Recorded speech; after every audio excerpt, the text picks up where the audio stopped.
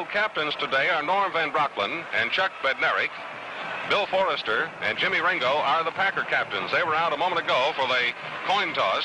The Eagles won the toss, elected to receive, and will defend the goal to our right. In this thrilling 1960 season, in the Western Conference, the Packers finished with a record of 8 wins and 4 losses, beating out Detroit and San Francisco, who finished second with records of 7 wins and 5 losses.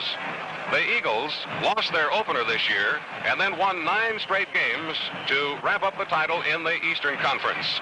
The Eagles won 10 and lost 2, finishing a game and a half ahead of Cleveland. The Packers have scored this year 332 points. The Eagles have scored 321. The Packers also have given up fewer points. The Packer opponents scored 209. The Eagles gave up 246. So they're about even there in point scoring, the Packers having a slight edge, but the Packers' edge on defense is considerably more.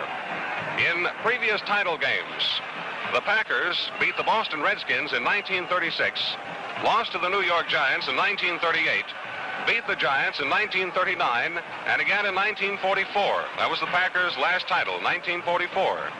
The Eagles played in 3 consecutive championship games in 1947, 48, and 49.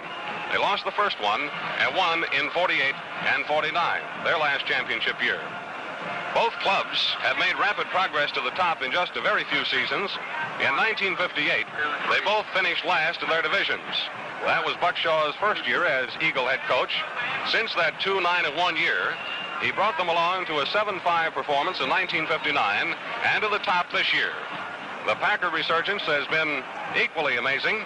The 1958 record of 1-10-1 was the poorest in Packer history. That lone victory, by the way, was over the Eagles, 38-35 at Green Bay. Vince Lombardi took over as head coach of the Packers in 1959 and brought them along to a 3rd-place finish in the West with a 7-5 record, and this year to an 8-4 record to win the title. We still have the band down on the playing field, entertaining the huge crowd here as they file into Franklin Field.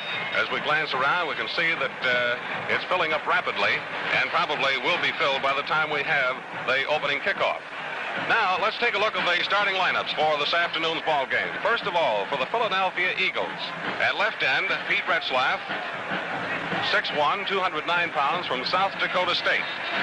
At left tackle, Jim McCusker, 6'2", 245 pounds from Pitt.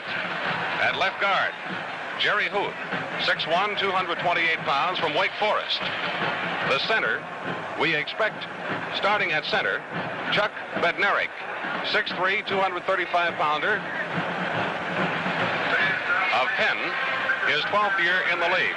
At right guard, John Wittenborn, 6'2", 230-pounder from Southeast Missouri. At right tackle for the Eagles, J.D. Smith, 6'5", 250 pounds from Rice. And at right end, Bobby Walston, a 6-footer, 190 pounds from Georgia, a 10-year veteran. The quarterback for the Eagles today will be that familiar number 11, Norm Van Brocklin, 6'1", 200-pounder from Oregon, his 12th year in professional football.